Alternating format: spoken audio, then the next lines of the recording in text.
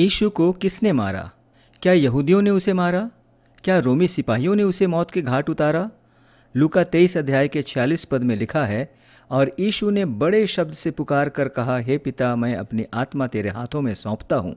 यह शब्द भजन संहिता 31 के 5 पद में भी मिलता है, जहाँ दाऊद ने लिखा है, मैं अपनी आत्मा को तेरे ही हाथों में सौंपता हूँ। यह अंतिम वचन क्रूस पर से कहे गए 7 वचनों में से सबसे महत्वपूर्ण वचन है। यूहन्ना 5 अध्याय के 18 पद में लिखा है, यीशु के शत्रुओं ने उसे परमेश्वर को अपने पिता कहने पर यह आरोप लगाया कि वह स्वयं को परमेश्वर के बराबर करता है। उन्होंने क्रूस पर उसका मजाक उड़ाते हुए कहा कि परमेश्वर अब उससे प्रसन्न नहीं है, अन्यथा वह उसे बचा लेता। लेकिन यहाँ यीशु के अंतिम शब्द यह दर्शाते हैं कि परमेश्वर इस क्षण भी उसका पिता था। उसके जीवन काल में परमेश्वर के साथ उसका जो संबंध था, उसके अंतिम समय में भी वही संबंध कायम है। उसके पूरे जीवन भर परमेश्वर के प्रति उसका जो भरोसा था, वही भरोसा इस अंतिम घड़ी में भी बरकरार है। लूका 23 अध्याय के 46 पद में लिखा है, और यीशु ने बड़े शब्द से पुकार कर कहा। यह एक महत्वपूर्ण बात है जिस पर हमें ध्यान देने की आवश्यकता है। मरने वाले व्यक्ति से कोई किसी प्रकार की अपेक्षा नहीं रखता है, फिर भी यह अंतिम शब्द यीशु ने ऊंचे स्वर से चिल्ला कर कहा। ऐसा प्रतीत होता है कि यीशु ने दृढ़ निश्चय किया है कि उसके अंतिम शब्द सुने जाएं। उसके शब्द कितने दृढ़ और आश्वस्त हैं। यहूदियों ने यीशु पर दोष लगाया और उसकी प्राणदंड की मांग की।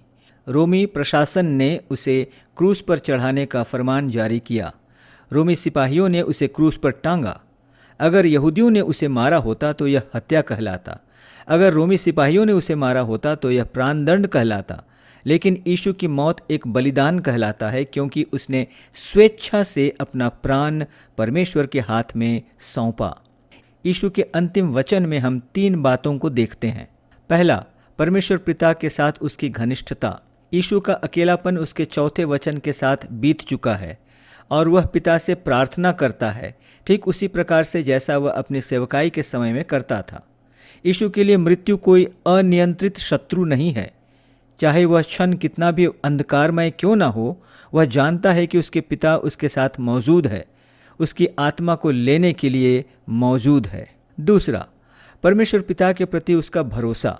भजन 31 अध्याय के 5 पद में सौंप देने के लिए इब्रानी भाषा में पाकाद शब्द का उपयोग किया गया है, जिसका अर्थ है प्रतिबद्ध होना, और ग्रीक भाषा में इसे पैराटिथेमी कहा गया है, जिसका अर्थ है किसी को कुछ सुरक्षित रखने के लिए सौंपना। यीशु अपने जीवन त्याग करने के क्षण में अपने अनंत गंतव्य स्थल के रूप में पिता के हाथों में संपूर्ण रूप से भरोसा करता है। तीसरा, परमेश्वर पिता के प्रति उसका समर्पण। वह अपना मानव जीवन अपने पिता को सौंपता है, जिसने उसे 33 साल पहले यह जीवन दिया था। शब्द आत्मा सामान्य ग्रीक शब्द न्यूमा है, जिसका अर्थ है सांस लेना या जीवन की सांस। यह पवित्र आत्मा को संदर्भित कर सकता है, लेकिन यहाँ यीशु की व्यक्तिगत आत्मा को संदर्भित करता है, जो मानव व्यक्तित्व का हिस्सा है। इस अंतिम वचन से हम अपने जीवन के लिए क्या सीखते हैं?